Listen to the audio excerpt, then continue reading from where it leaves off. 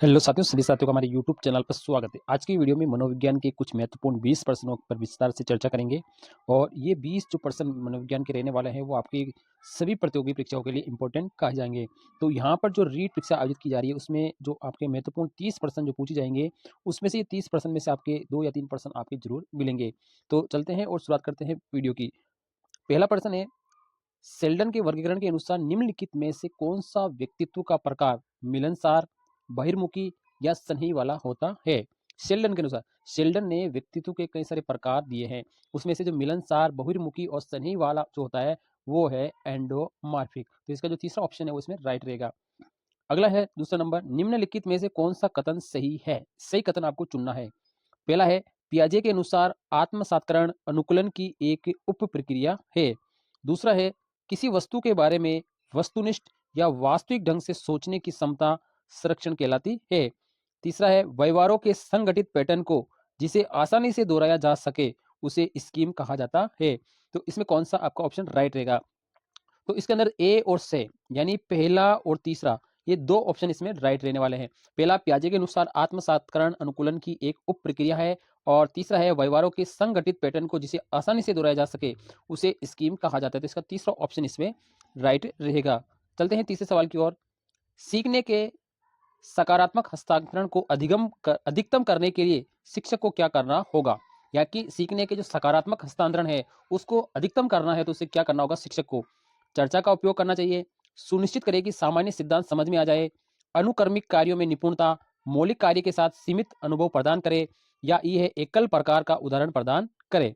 तो इसमें कौन सा ऑप्शन जो सीखने के सकारात्मक हस्तांतरण को अधिकतम करने के लिए शिक्षक को करना चाहिए? तो इसमें ऑप्शन है ए बी सी, यानी चर्चा का उपयोग करना चाहिए, सुनिश्चित करना चाहिए कि सामान्य सिद्धांत समझ में आ जाए और अनुक्रमिक कार्यों में निपुणता, यानी ए बे से। इसमें ये तीन ऑप्शन राइट रहने वाले हैं। चलते हैं अगले सवाल की ओर। ब्रुक्स एवं ब्रुक्स के अनुसार निम्नलिखित में से कौन सा रचनावादी शिक्षक का लक्षण नहीं है? रचनावादी शिक्षक का लक्षण नहीं कहा जाएगा।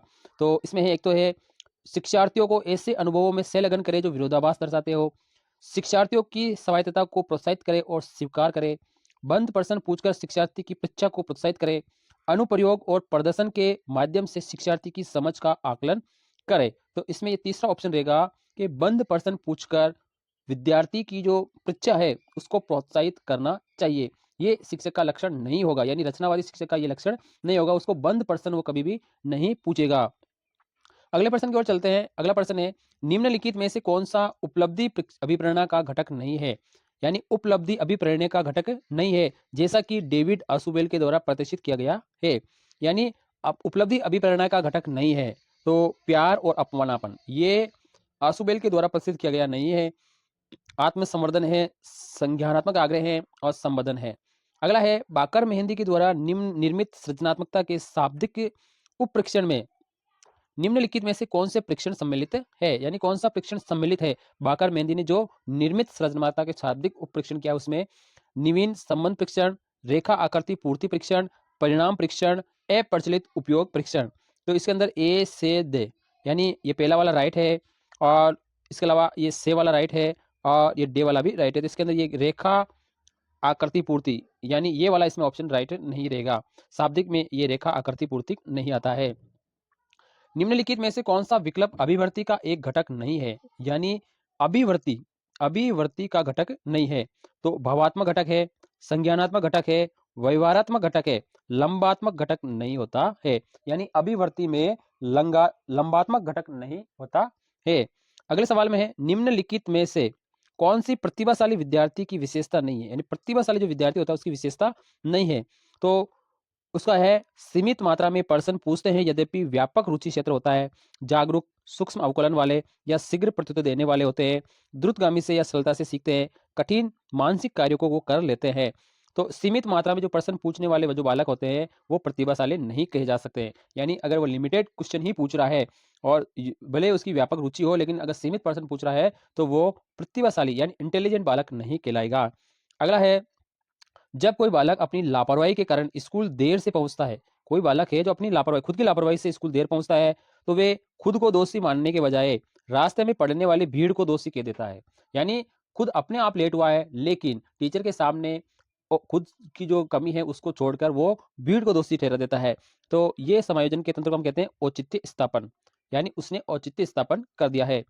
10वां क्वेश्चन है, निम्नलिखित में से शिक्षा मनोविज्ञान का कौन सा क्षेत्र सामाजिक प्रक्रिया के अंतर्गत वर्गीकृत नहीं है? सामाजिक प्रक्रिया में नहीं आता है। खेल, अनुकरण, पाठ्य सेगामी क्रियाएं, ये 3 ऑप्शन इसमें आते हैं। आत्मभाव है जो सामाजिक प्रक्रिया में नहीं आता है, यानी मनोविज्ञान के क्षेत्र में जो सामाजिक प्रक्रिया है उसके अंदर ये आत्म भाव नहीं आता। अगला क्वेश्चन है 11वां, एक नियम जो इस बात पर बल देता है कि यदि अनुक्रिया उत्पन्न होने पर प्रबलन होता है तो उद्दीपक अनुक्रिया संबंध दृढ़ होते हैं, और यदि अनुक्रिया उत्पन्न करने पर प्रबलन नहीं प्राप्त होता है तो वे कमजोर होते हैं।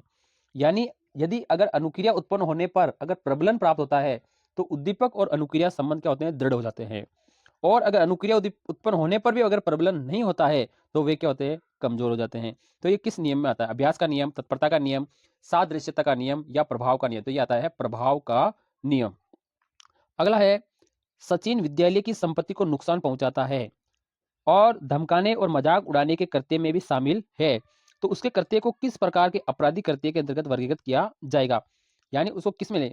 भागने की प्रवृत्ति में लेंगे, अधिग्रहण की प्रवृत्ति में लेंगे, जालसाजी में लेंगे या आक्रामक प्रवृत्ति में लेंगे? तो ऐसे बालक को हम लेंगे आक्रामक प्रवृत्ति का वो बालक होगा जो इस तरह के कार्य करेगा, तो हम आक्रामक प्रक्रिया में उसमें लेंगे। अगला है, किशोरावस्था के दौरान भावनात्मकता बढ़ने का निम्नलिखित में से कौन सा कारण नहीं है? यानी किशोरावस्था के दौरान अगर भावनात्मकता बढ़ती है तो उसका कौन सा कारण नहीं होगा? मित्रों और परिवार के सदस्यों के साथ द्वंद्व हो जाता है तो भावनात्मकता बढ़ेगी। सामाजिक अपेक्षाएं होने लग जाएगी तो भी भावनात्मक बढ़ जाएगा। और व्यावसायिक समस्या पैदा हो जाएगी तो भी भावनात्मक का बढ़ना तय है। तो अगर समान लिंग के सदस्यों के साथ समायोजन अगर वो करने में कठिनाई कर रहा है तो ये भावनात्मकता बढ़ने का कारण नहीं कहा जाएगा। अगला है, आपको सूची 1 और सूची 2 का क्या करना है? मिलान करना है। तो यहाँ पर सिद्धांत दिए हुए हैं और आपको इनका मिलान करना है। तो सबसे पहले हम करेंगे द्विकारक सिद्धांत किसने दिया है? तो ये द्विकारक जो सिद्धांत है ये स्पीयरमैन ने दिया है। तो पहले का क्या है? डी है। पहले में क्या है? डी है। यहाँ से ऑप्शन आ रहा है। उसके बाद में बुद्धि का सोपानिकी सिद्धांत किसने दिया है? तो बुद्धि का जो सोपानिकी सिद्धांत है वो वर्णन ने दिया है, यहाँ से मिलान कर सकते हैं।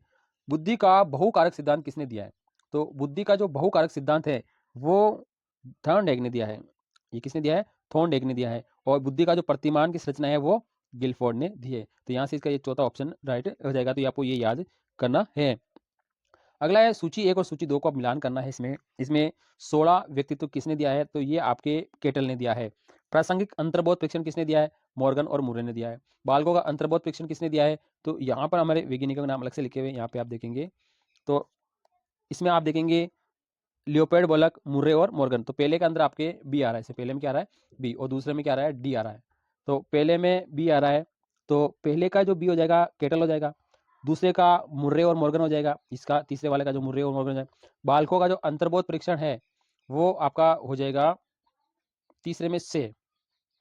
तो तीसरे में जो से आ रहा है वो आपका हो जाएगा लियोपोल्ड बेलक। इसका क्या हो जाएगा? लियोपोल्ड बेलक हो जाएगा। और चौथे का आपको पता ही है, यहाँ पर मिनेसोटा मेल्टीफेजिक व्यक्तित्व सूची, ये इसका ऑप्शन ये वाला हो जाएगा हेतविक। तो इसका तो केटल हो जाएगा, इसका मुर्रे और मॉर्गन हो जाएगा और इसका बेलक हो जाएगा। तो इसका ये लास्ट वाला मैकिनले और एसआर हेथवे ये हो जाएगा इसका ऑप्शन। तो ये आपका ऑप्शन राइट रहेगा। तो ये नियम आपको याद करने हैं। तो यहाँ से अगला क्वेश्चन हम लेते हैं। यहाँ पे जो क्वेश्चन है, रुचि गुप्त अव्यक्त अवधान है और अवधान रुचि का क्रियात्मक रूप है। रुचि और अवधान के मध्य संबंध, ये कथन किसने कहा है? तो ये मैकडूगल ने कहा। तो ये परिभाषा मैकडूगल की आपको याद रखनी है। रुचि और अवधान के मध्य संबंध स्थापित करने का जो कथन है ये किसने दिया है? तो ये मैकडूगल ने दिया है। अगला है, निम्नलिखित में से कौन सा जन्मजात प्रेरक नहीं है? जन्मजात नहीं है। प्यास जन्मजात, भूख जन्मजात, लैंगिक जन्मजात, आक्रात्मकता तो बाद में आती है, जैसे उसकी उम्र होती है वैसे आत्मकता बढ़ती रहती है। तो ये आक्रात्मकता क्या होती है? ये जन्मजात नहीं होती है।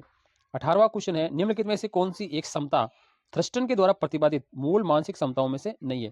यानी जो थ्रस्टन ने जो मूल मानसिक क्षमताएं दी है उसमें कौन सा नहीं आता है? तो स्मृति आती है, शाब्दिक आता है, गणितीय आता है, इसमें व्यवहारिक नहीं आता है। इसमें कौन सा आता नहीं आता है? व्यवहारिक नहीं आता है। तो इसका ऑप्शन बी वाला राइट रहेगा।